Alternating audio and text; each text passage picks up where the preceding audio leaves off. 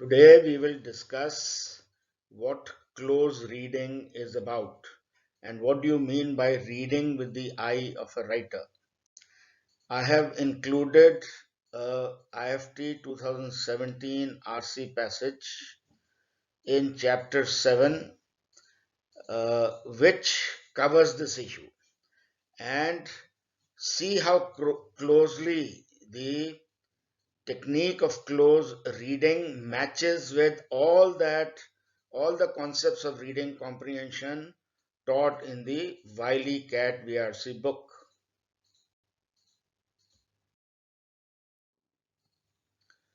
Close reading is the buzzword among literary students who are into literature and literary criticism, etc. But what we need for cats that is active reading.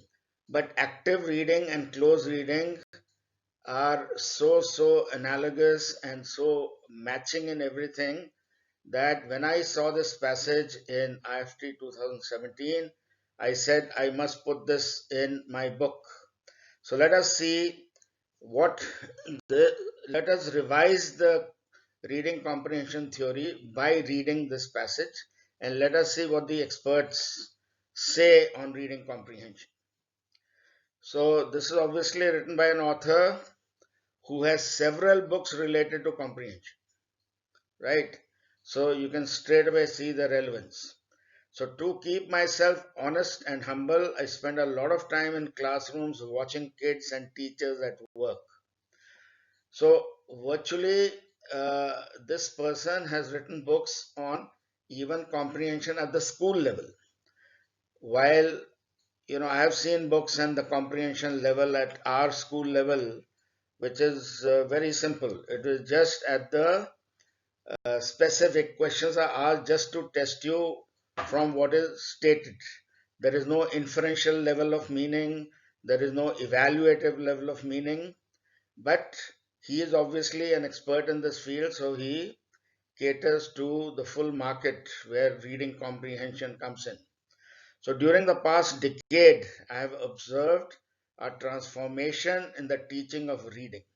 So that means reading comprehension has acquired such an important role that there's so many people working in this field, and a transformation has taken place in the last decade or so. So the transformation is from an approach that measured readers' successful understanding of text through lengthy packets of comprehension questions. But these lengthy packets of comprehension questions basically tested you at the literal level of meaning based on what is stated, to one that requires students to think about their thinking. So that means reading requires students to think about how they are thinking about what they are reading. So thereby activating their good reader strategies. Anyway, things will become clear as we go through the passage. Close reading is a deep analysis of how a reading text works.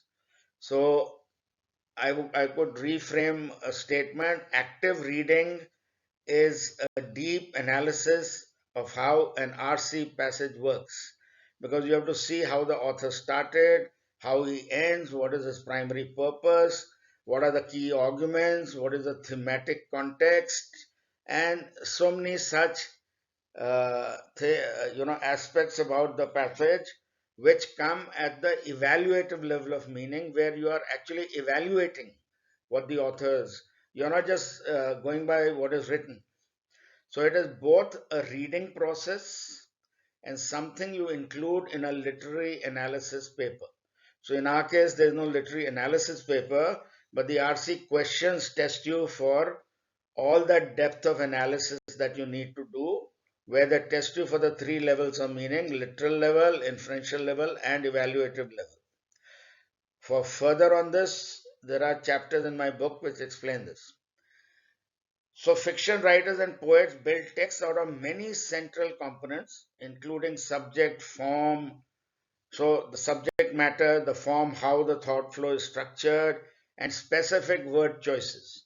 You say use of different figures of speech, and rhetorical devices, all that play an important role in conveying meaning. So essentially, close reading means reading to uncover layers of meaning that lead to deep comprehension.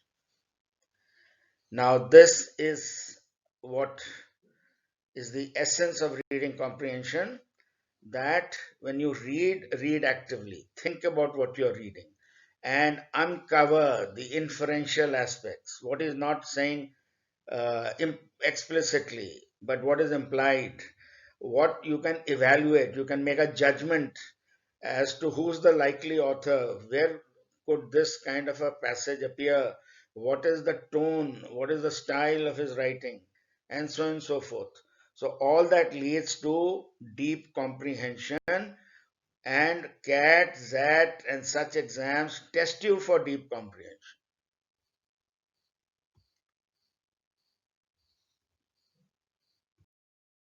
So let's continue. Close analytical reading stresses engaging with the text, being actively involved. So, actively reading with a text of sufficient complexity directly and examining meanings thoroughly and methodically. That is why I have stressed on depth of knowledge of vocabulary as well. But I find students is just not sinking into their heads. They don't want to put in that extra effort. Encouraging students to read and reread deliberately. So, difficult passages need to be read at least twice. Directing student attention on the text itself empowers students to understand the central ideas and the key supporting details. Now, these central ideas, key supporting details, these are the typical kind of language you will find in GMAT books where they're trying to explain uh, reading comprehension theory, right? And this is what even my book says, that separate the central ideas from the supporting ideas, right? That is why come to the central, come to the primary purpose. There are other purposes as well, but primary purpose, you have to evaluate what is the primary purpose, right? You have to see where is the author's voice and what are the facts he's presenting. They have to be different, or he's quoting some scientist saying something and what are his views are said separately.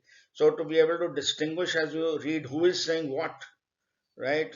It also enables students to reflect on the meanings of individual words and sentences. So I have talked of an integrated approach where individual words means you must have a good vocabulary, knowing the precise meaning of words. And of course, sentences, the sentence structure, unraveling meaning from the sentence structure. There are such long sentences with participle clauses in beginning or appositive phrases in the beginning, which tend to sound very unfamiliar and confusing. So getting used to grammar syntax of all sorts, right? That is another important aspect of strengthening your reading comprehension skills. The order in which sentences unfold. Now this reminds me something of parajumble. Now, doing parajumbles are strengthening this RC skill. So, parajumbles is nothing but RC. The order in which the author is proceeding, if while reading you have this habit of seeing that, okay, first para he said this, then he goes on to explain this is how he's ordered his sentences within the para. This short, crisp sentence here is where he makes his main point. So that is the essential part that he wants to convey. The rest is only background information. To be able to separate all that as you read, that same skill helps you in unraveling parajumbles and the development of ideas over the course of the text. So, again, we talk about forming a mind map of the thought flow, how he's developed ideas in bullet points. So, I have discussed these same mental summarizing and active reading techniques through different passages in chapter 9, on which there are separate videos where I have explained that as you read how your mind should have worked, which questions it should have asked to be able to get to the logical development of thought, which ultimately leads student to arrive at an understanding of the text as a whole. So this is the goal. So he is quoting this from what this eminent reading comprehension expert has written in his books. So from here you can see, let us identify what are the, let's repeat what he has said. You might identify these ideas. So examine meaning thoroughly and analytically, which means you must know word meanings as well.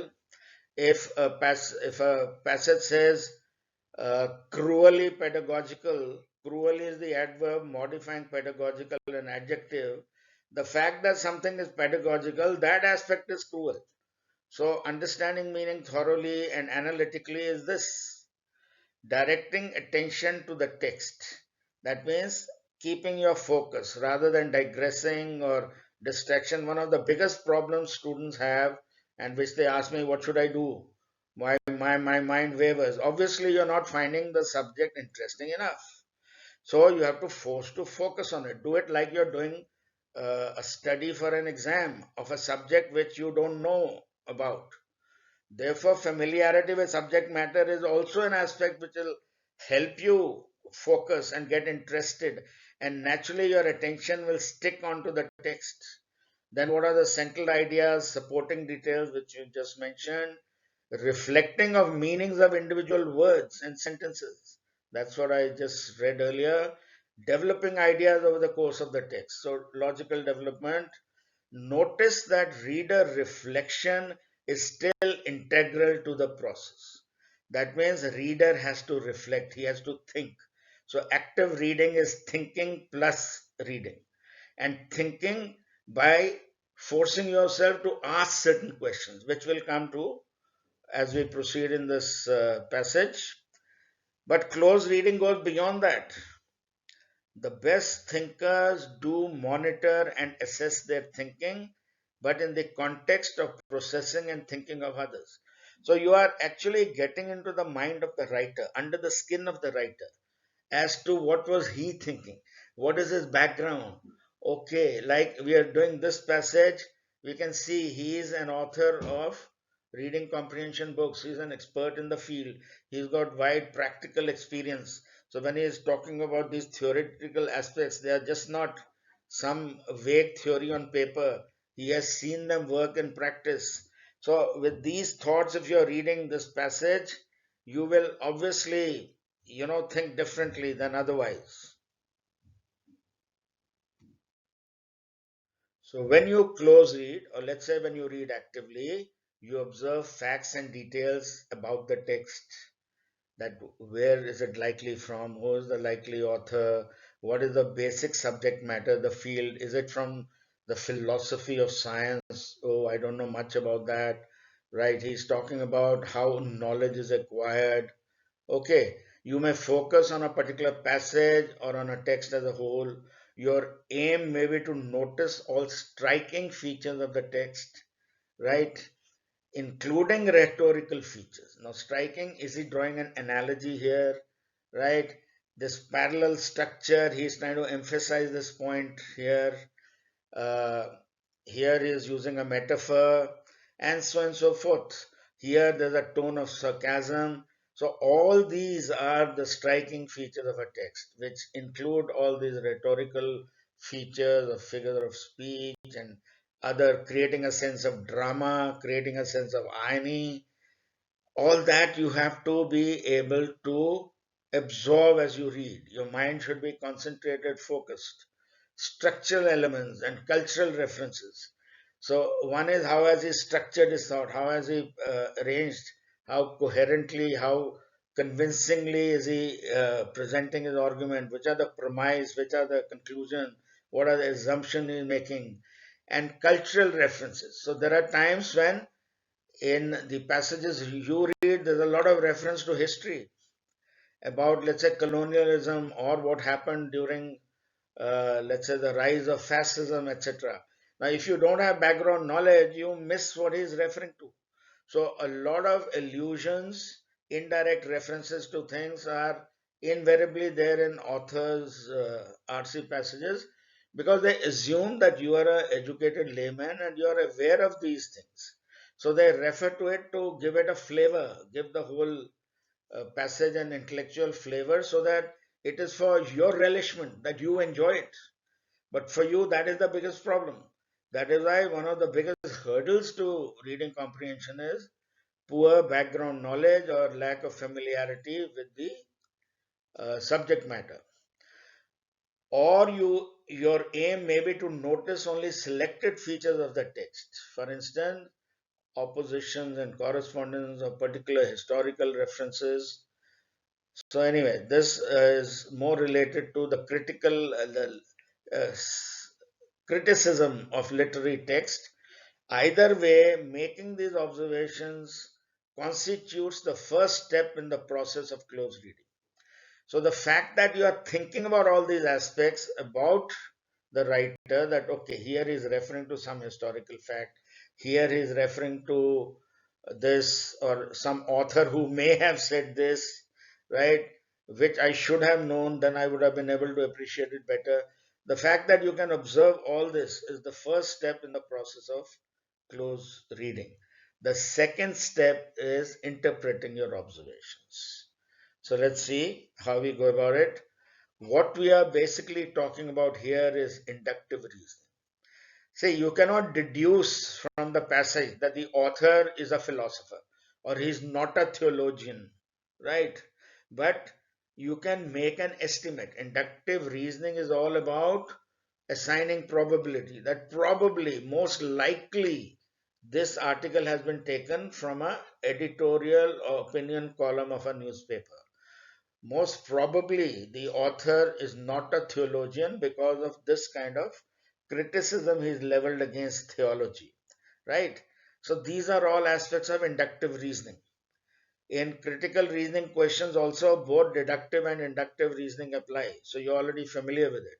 So weak arguments, strong arguments all come under inductive reasoning, while deductive reasoning talks of valid arguments and invalid, so either go, no go. While inductive reasoning is that yes, this is a very weak argument, this is a very strong argument, so that there are degrees. So therefore, that is why you have questions: which of the following most weaken the argument, which most strengthen the argument. So all strong, weak arguments come under inductive reasoning. So when you're reading, you're actually doing inductive reasoning to evaluate what is his central idea, what is his primary purpose. People say, where do we notice primary purpose in the first para? Array, you've got to be alive to what he's writing, see the flow. Sometimes you may find it in the first para, sometimes it first para may have background information, you may find it in the second para, but may not be so clearly stated. From the options, then you can probably choose if you have got a sense of the text as a whole. So moving from the observation of particular facts and details to a conclusion or interpretation based on those observations. So those observations are about the passage as a whole, about the author as a whole, and you are doing inductive reasoning to see that this was his tone, this was his style, he is probably this kind of a person, this passage would be normally this context, this subject matter, etc., etc. So, as with inductive reasoning, close reading requires careful gathering of data, your observations, and careful thinking about what these data add up to. Now, this he means data about the passage, right? So, this is again thinking about as you read. So, literary analysis involves, that means precise comprehension involves examining these components, which allows us to find in small parts of the text clues to help us understand them. So, author doesn't say this is my primary purpose, this is my central theme, this is the tone, this is my style, I am so and so, right? You have to look for text clues. This is the tone I have used in this passage. This is sarcasm here. Please note, here is a sense of irony that I'm trying to convey. Here is a sense of drama that I'm trying to convey. He's not going to say that for you. You have to look for those clues as you read. For example, if an author writes a novel in the form of a personal journal about a character's daily life, but that journal reads like a series of lab reports, what do we learn about that character? What is the effect of picking a word like tome instead of book? Tome is a big book. So he's trying to convey by using a word. So choice of words makes so much of a difference. So in effect, you're putting the author's choices of words, rhetorical devices, figures of speech, you're putting them under a microscope to evaluate what is in his mind, what does he want to really say. The process of close reading should produce a lot of questions. So, if you are doing close reading or active reading and parallelly summarizing the points in your head, right, it is when you begin to answer these questions that you are ready to participate thoughtfully in class discussion, or in our case, answer the RC questions, right? That makes most of your close reading work. So, close reading sometimes feels like overanalyzing, but don't worry. Close reading is a process of finding as much information as you can in order to form as many questions as you can. So you have to ask questions. When is it time to write your paper and formalize your close reading? You will sort through your work to figure out what is most convincing and helpful to the argument you hope to make. So this is more about your literary analysis. So this doesn't strictly apply to RC passages. So we'll skip it a bit. This point is important. It's our responsibility as educators. That means my responsibility to build students' capacity for independently comprehending a text without close reading, through close reading. Sorry. So, close reading is something you must understand the mechanics of it. I have explained 2, 3 passages. There are videos where I've done close reading for you, like I'm doing close reading of this passage with you now, which will show you what are the things, how your mind should work when you read. So, continuing with the previous para, he was talking of educators' responsibility to, transfer the technique of close reading to students. So, teaching is about transfer. The goal of teachers is for students to take what they learn from the study of one text and apply it to the next text they read. How can we ensure that students both reap the required knowledge from each text they read and acquire skills to pursue the meaning of other texts independently? So, what does he suggest? I suggest we coach students to ask themselves 4 basic questions as they reflect on a specific portion of a text. So, as you read, even he's saying even the shortest text.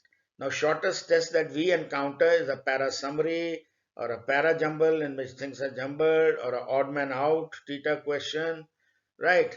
So even a little bit of reading, one should reflect the same questions. So all those VA questions, which people talk of VA as if it's some, different field or something, right? Is nothing but RC. You have to ask questions, even do the same thing when you are solving para jumbles or para summary or odd man out. What is the author telling me here? Now, when I used to tell this to students, I had not read this passage then, that keep asking, what is this author साला कहना क्या चाहता है, इतना घुमा फिरा के बोल रहा है, right? इसका इरादा क्या है? So the whole point is that it's such a natural question that, I mean, why are you reading in the first place? You're reading to understand what the hell that guy is trying to say. So what is the author telling you here? That's one of the most basic questions. Are there any hard or important words? So vocabulary, I mean, have you missed the meaning of some word whereby you've totally missed the meaning?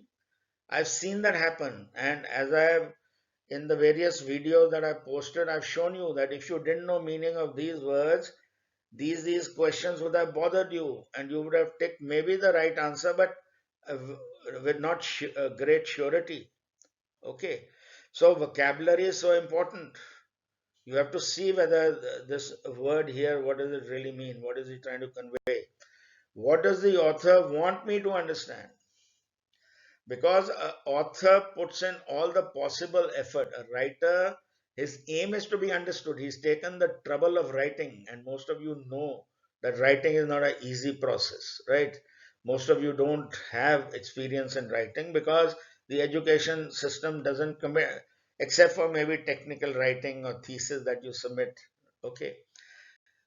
So, writing is a difficult process, and the author's aim is that he should be understood. Like I, as a teacher, I want you to understand what reading comprehension is. That is why I am re emphasizing and repeating myself. Okay. So, what does the author want me to understand? So, you have to look for how he may have repeated his points, how he may have emphasized certain aspect. How does the author play with language to add to meaning? Now, this playing with language is where all the rhetorical devices and figures of speech come in. The metaphors, the analogies, the emphatic, the ways to emphasize a point by using parallel structures. The same thing applies in unraveling parajumbles. So these four questions apply to parajumbles as well. So what is the author telling me here? Are there any hard or important words? What does the author want me to understand? How does the author play with language to add to meaning? You may say, sir, this is so obvious, but how do I actually do it? So to actually do it, I have virtually discussed some of the most difficult passages of CAT, which I have covered in my concept review section, and there are videos on it. So these questions are not just some theory, barren theory. I have I have put it to practice while explaining those passages. So if students take time to ask themselves these questions while reading and become skillful at answering them is a key word. And this requires a lot of regular reading, background knowledge, knowledge of vocabulary, all that gradually building up. RC, deep comprehension, all this cannot be learned overnight. People are waking up now. When CAT is less than 2 months away, now they are trying to ask, they're asking me, sir, how do I go about RC? I tell them my book has been there. You bought the damn book in January. You've still not reached the theory on RC. So this is the kind of commitment. They bought the book in January, they're now picking it up. So anyway, so become skillful at answering them. There will be less need for a teacher to do all the asking. So teacher doesn't have to prompt them. So that's why I have in videos tried to tell you how, if you were a reader, how you should go about it so that you practice all those same things and become independent. For this to happen, we must develop students' capacity to observe and analyze. So he should be aware of negatives and double negatives. He should be aware of logically equivalent sentences. He should be aware of the different grammatical structures. He should be able to see a sentence and say, oh, this is the main clause and this is modifying this. So he should be able to understand and analyze sentence structure. So first things first, see whether students have noticed the details of a passage and can recount those details in their own words. So, one of the challenges is that as you read, in your mind, you are, let's say, summarizing in your own words. So, you're paraphrasing. So, note that the challenge here isn't to be brief as in a summary, it is to be accurate, precise, and clear. So, you see, that is why in summary writing also, the I would emphasize that forget about para summary as given in CAT. There, of course, it is summarized and only the main point is kind of covered. But in the summaries that you make to practice the skill of close reading or active reading, you should be accurate, precise, and clear. So, summary writing as you practice to build your comprehension skills is to be treated entirely differently as para summary questions that you do for the kind that come in CAT. The approach is entirely different. Those summaries you have to just the main point as briefly as possible, while here you have to summarize, you have to think more about what he has said. So the recent focus of finding evidence in a text has sent students even in primary grades. So he is involved in teaching even primary grades. Like I teach my grandson who's in the fifth standard, but whenever I come to reading comprehension, yeah, he says, no, Dadu, this I can manage. Because the questions are so simple. So I don't know the kind of comprehension, maybe Western education, and what kind of depth of comprehension is taught to, let's say, primary grades in the West. But he is saying that recent focus on finding evidence in a text has sent students scurrying back to their books to retrieve a quote that validates their opinion. So they were reading and then suddenly found something. Oh, yes, how to put it in words. So they had been taught some proverb or some quote or some idiom. So they go back to the book looking for that so that their thoughts are best captured by that. So, but to paraphrase what that quote means in a student's own language rather than the author's is more difficult than you might think. So the aim should not be to look for standard quotes and other things which are conveying meaning. You should paraphrase it in your own language, say it in your own words. So paraphrasing is one of the basic skills which summary writing promotes. So if you read a passage and write a summary, so that is why in my whole book I have all the difficult passages I have given detailed summaries. I have paraphrased in my own words only to show you examples, and I have encouraged you to write your own summaries. So you write your own summary and compare it with the one I've given in the book, and then you will say, oh, this is I've given the suitable titles of every passage so that you can see, is this what the author is saying? So sometimes you may find that your understanding is totally off the mark. Here I as a teacher have given you the suitable title and a summary of the passage. Use it, make an attempt, then see mine. If there's wide variance, read the passage again. Array, how did I miss this? How is he summarizing and saying this when I understood this as this? Right? I've given you words or meanings, and words, the meanings as relevant in the context in that passage. Not it's if a word has four meanings, I've not given you all four meanings to confuse you. I've given you only the meaning as relevant in the text. So this is the kind of support that you may need initially. Vocabulary, ready-made summary written by, let's say, a more experienced person who has paraphrased, who knows the language, who is more proficient at writing and can paraphrase nicely. So all that assistance is there for you to help you. So try it with any paragraph. That means paraphrasing. So expressing the same meaning with different words often requires going back to the text a few times to get the details just right. So don't think you can paraphrase just by, okay, I've read, now I'll paraphrase. Keep that text next to you. And as you're paraphrasing, going back, read it a few times, right? And then capture the real meaning. So, in the author's content, Bloom is the author of this book. Paraphrasing is pretty low on Bloom's continuum of lower to higher order thinking. So, as per him, paraphrasing is a low order thinking. Paraphrasing is something that you must do in primary grades, right? That's a process that must start as early as that, and it's a lower order thinking. Higher order thinking is all the critical thinking, the inferential thinking, the ST, the evaluating of primary purpose, central theme, and the other application based questions, etc., etc. Those are the higher order skills, right, which comes in uh, getting to the inferential level and evaluative level of meaning. So, paraphrasing is the entry skill.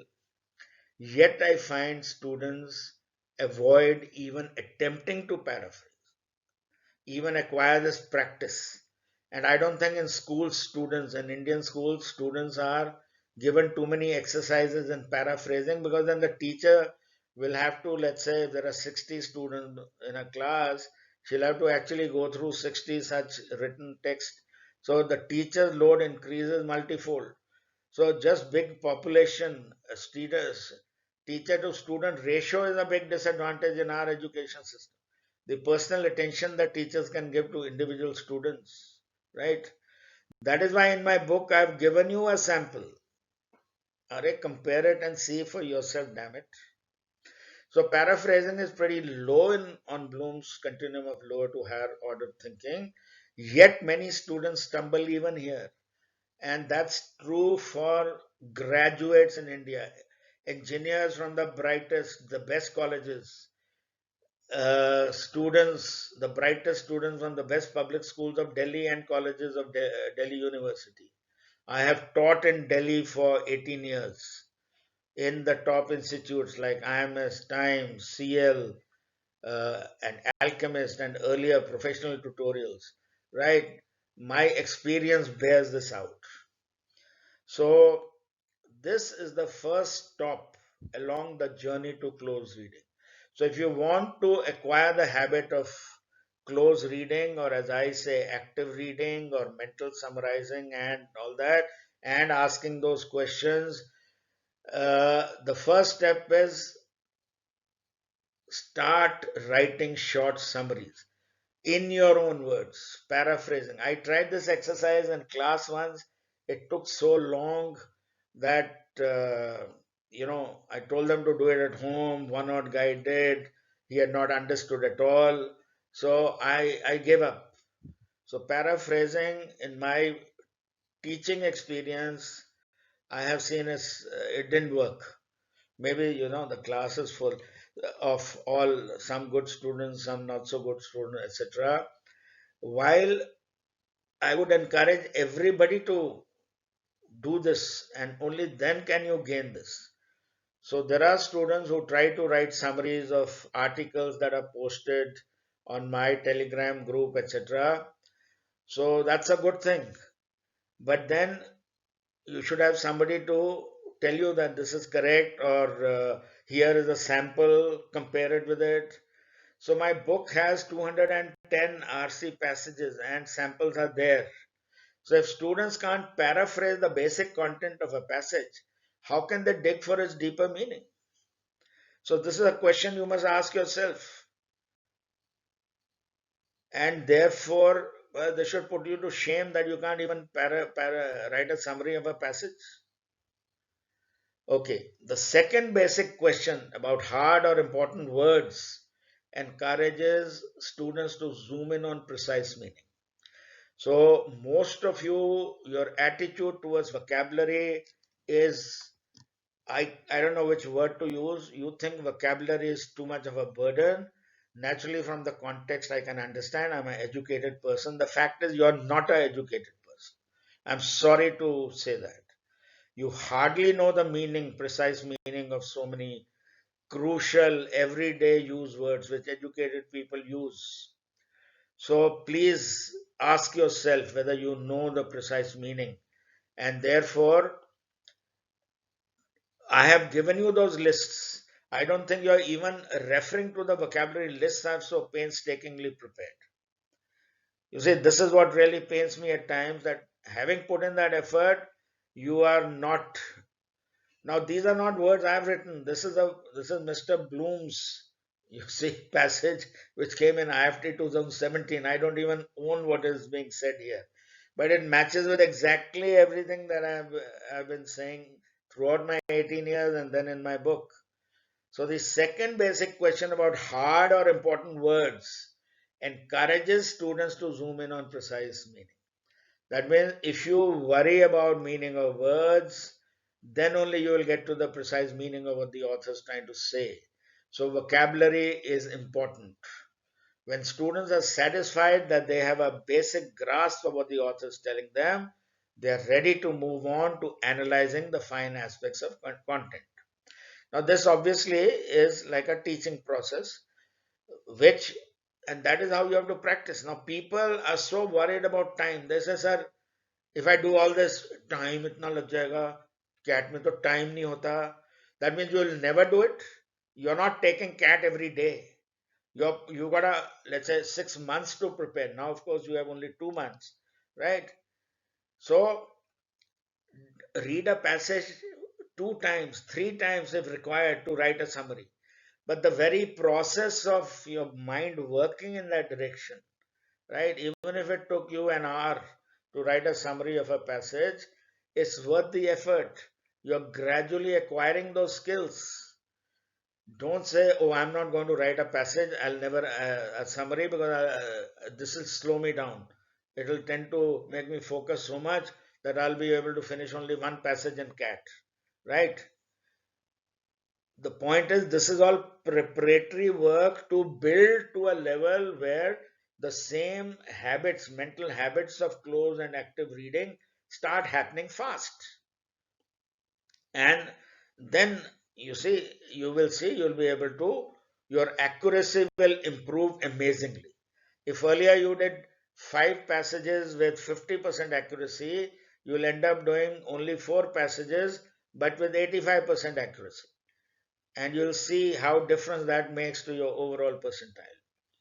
So now what is the third question? If students begin their analysis by asking themselves the third question, what does the author want me to understand in this passage? Why has he written this damn thing? What is he trying to convey? He is treating me an educated layman who may be interested in this aspect of life or this issue, this topic, and is what is the unique perspective he's presenting? What are the insights into this field that he's trying to convey? So ask all these questions. They will be on their way. If students ask all these 3 questions so far, they'll be on their way to making appropriate inferences. So, inferential level, determining what the author is trying to show without stating it directly. So, this is telling you about the inferential level of meaning at which you should read. So, if we briefly summarize, close reading is active reading, mentally summarizing, noting down points, uh, thinking of everything, how the authors use the language, asking those 4 questions, right? And reading for all layers of meaning. Now he's summing it up. We can also teach students to read carefully with the eye of a writer. Now, this part, read with the eye of a writer, which again, this is what struck me, which I have used in my book. Because if you have the experience of writing yourself, of structuring your thoughts, you are able to think as the writer would have thought. You're able to put yourself in the writer's shoes and see what all went into his mind while he structured his text, and why he used a metaphor here, why he did this, why did he make this illusion, why is he drawing a parallel with history, right? So, read carefully with the eye of a writer. And this I find helps most in parajumbles. Because in parajumbles, you got to analyze how would he have started, how would he have introduced his, and with what kind of a way does he want to conclude.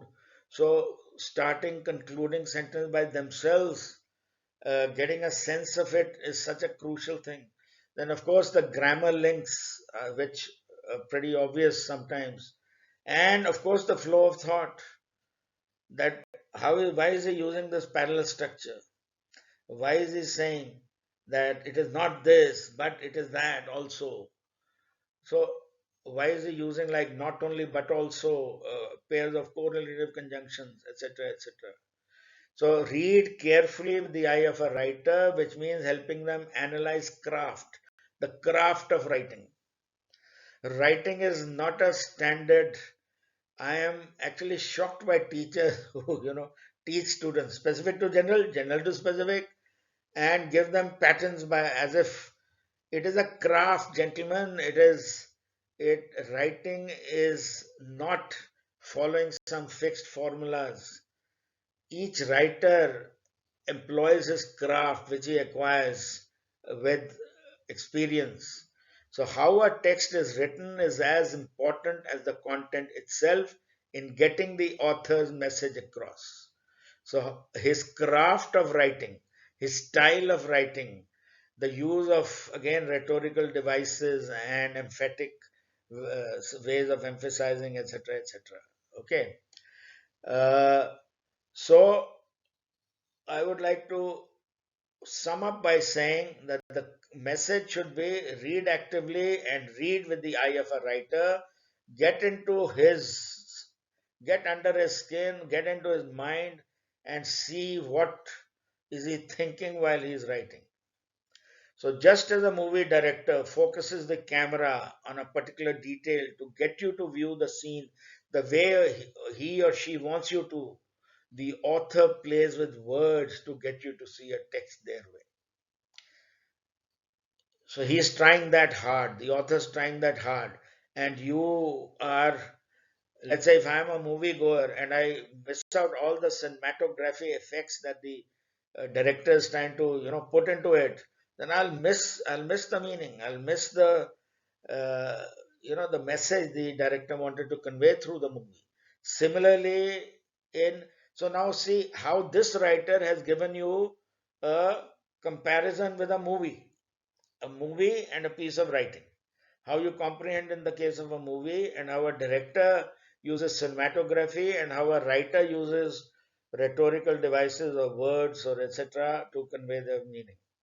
So, this helps you assimilate his point. So, let's come to the last line, introducing students to some of the tricks authors use opens students' minds to an entirely new realm in close reading. So you should also do a course in writing.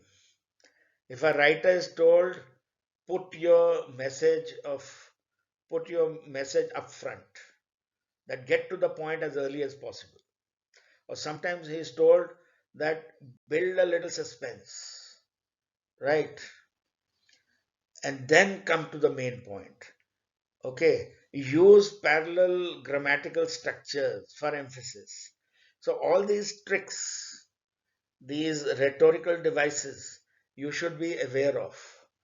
I found I had given exercise on figures of speech in my very first chapter, chapter 5 in concept review, and some students said, I don't understand figures of speech. Nobody taught us in school. I got all the answers wrong. Now you see, these everything is every small thing about the language bothers you. If idioms, phrasal verbs, other things, everything can become a hurdle if you are not used to the language. So you have to attack the language in a holistic, in an integrated manner. Only then can you improve your reading comprehension skills and acquire the technique of close reading or active reading. So I have kind of used this experts passage to kind of validate all that I have been teaching and all that I have put in my book. And I put this passage also in the book. There are no questions here. Aim was to, some people, students wanted a video on concept of, active reading. So here you have it.